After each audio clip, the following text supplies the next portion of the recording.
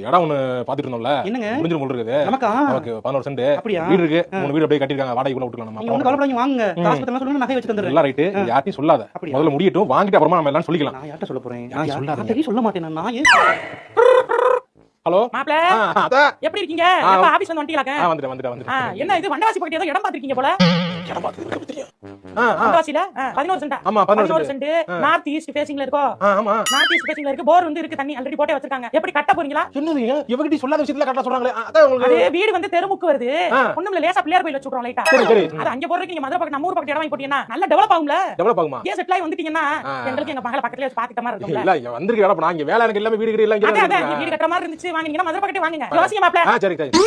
இந்தாப்ல உனதான் யார்ட்டையும் சொல்லாத சொல்லிருக்கல. எங்க நான் யார்ட்ட டக்குனு சொல்லணும்னா ஒரு செண்டு என்ன பேசிங்க இருக்கு, போர்ல எவ்வளவு தண்ணி இருக்கு அப்படி சொல்றாங்களா? யார் சொன்னா? உங்க அம்மா தான். நீங்க என்ன சொன்னீங்க? நமக்குள்ள இருக்கணும் தானே. நமக்குள்ள சொன்னா எதுக்கு உங்க அம்மா சொன்னா அப்புறம்? ஏன் நமக்குள்ள எங்க அம்மா இல்லையா? நமக்கு எங்க அம்மா நம்ம ஃபேமிலி இல்லையா? இல்ல சொல்லுங்க. இல்ல இல்ல